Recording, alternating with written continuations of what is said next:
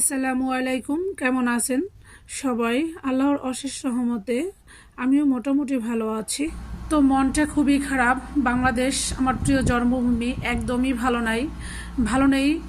বাংলাদেশের স্টুডেন্টরা রাজপথে শুধু মৃত্যুর মিছিল বইছে। তো ভালো নেই আমাদের মা বোনেরা, ভালো নেই আমাদের প্রিয় মাতৃভূমি। তো আমরা কিভাবে ভালো থাকি প্রবাসীরা? বাংলাদেশের অবস্থা দেখে মনে হচ্ছে সেই 1971 সালের যুদ্ধ শুরু হয়েছে, যেটা কিনা বাবা মার মুখে শুনেছি।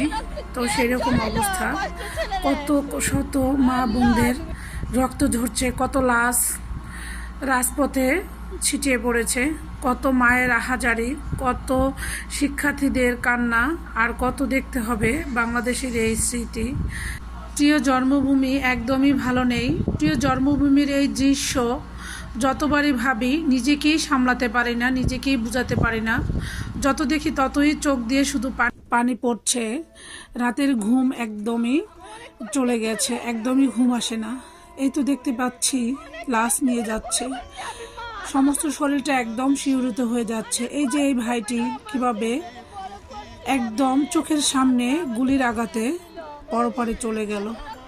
তো এই ভাইটির মা কিভাবে এই দৃশ্য সহ্য করেছে, কিভাবে এই মৃত্যুর লাশ সে বহন করেছে।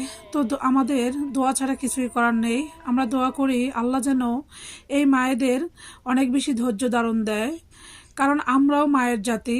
আমরা একজন মা হয়ে অন্য মায়ের চোখের পানি কিভাবে সহ্য করি। তো অত্যন্ত দুঃখের সাথে জানাচ্ছি যে এখানে সৌদি প্রবাসী এক ভাইয়ের মা মারা গিয়েছে, এক ভাইয়ের বাবা মারা গিয়েছে। নেট বন্ধ হওয়ার কারণে কেউ তার বাবা মার লাশের শেষ চেহারাটিও দেখতে পারেনি। কতটা দুঃখ, কতটা কষ্ট, কতটা খারাপ অবস্থায় ভাইটি এখানে আছে। তো আমি আকুল আবেদন করব আমাদের মাননীয় প্রধানমন্ত্রীর কাছে, তিনি যেন অতি দ্রুত বাংলাদেশের সমস্যা সমাধান করে নেট ওপেন করে দেয়। আমরা যাতে আমাদের মা বোনদের সাথে কথা বলতে পারি, মনটাকে সান্ত্বনা দিতে পারি।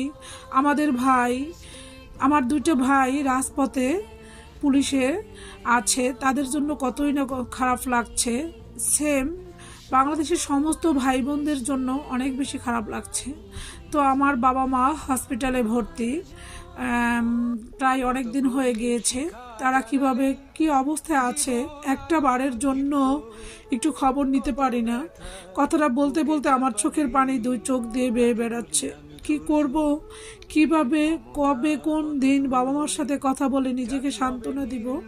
তো আমরা প্রবাসীরা যারাই এভাবে প্রবাসে পড়ে আছি, শুধু দেহটা মনটা ওই বাংলাদেশের বাবা মার মনে, ওই স্টুডেন্টদের প্রতি এবং রাজপথের প্রতি পড়ে আছে। তো কি বলবো, কিছুই ভেবে পাচ্ছি না। অনেক বেশি কথা ছিল মনের মধ্যে। প্রিয় ভাই বোনদের এই রক্তে লাল হওয়া পোশাক, এই লাশ, এই দৃশ্য দেখে সব কিছু হারিয়ে ফেলেছি, কিছুই বলার নেই। শুধু এইটুকুই দূর থেকে বলছি যে বাংলাদেশ অতি দ্রুত ঠান্ডা হয়ে যাক, বাংলাদেশের মৃত্যুর মিছিলগুলো বন্ধ হয়ে যাক এবং বাংলাদেশ সে আগের মতো স্বাভাবিক পর্যায়ে ফিরে আসুক। আল্লাহ সবাইকে নেক হায়াত দান করুক এবং যাদের বুক খালি হয়ে গিয়েছে, যাদের বুকের ধন ওই পরপরে চলে গিয়েছে, সেই মায়েদেরকে আল্লাহ ধৈর্য দান করুক এবং সেই মায়েদেরকে আল্লাহ নেক হায়াতের সহিত পৃথিবীতে বাঁচিয়ে রাখুক এবং যারা পরপরে চলে গিয়েছেন আল্লাহ তাদেরকে ভেস্ত নসিব করুক।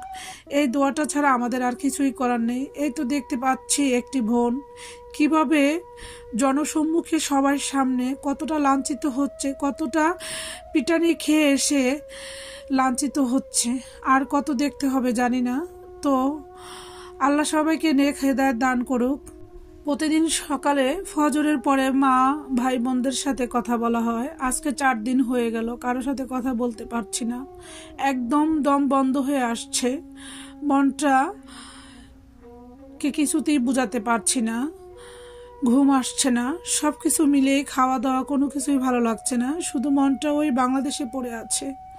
হে আল্লাহ, আপনি বাংলাদেশের সবাইকে হেফাজত করুন, সবাইকে সঠিক জ্ঞান দান করুন, সবাই যেন সবার সমস্যাগুলো বুঝতে পারে।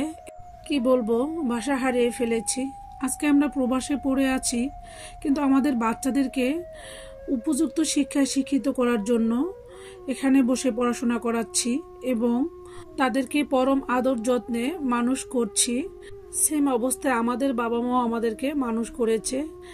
সেই নারী ছেঁড়া ধন, বাবা মায়ের প্রিয় সন্তান বাসি ফুলের মতো যদি এভাবে রাস্তায় ঝরে যায়, তাহলে কিভাবে একটা মা বাবা সহ্য করে।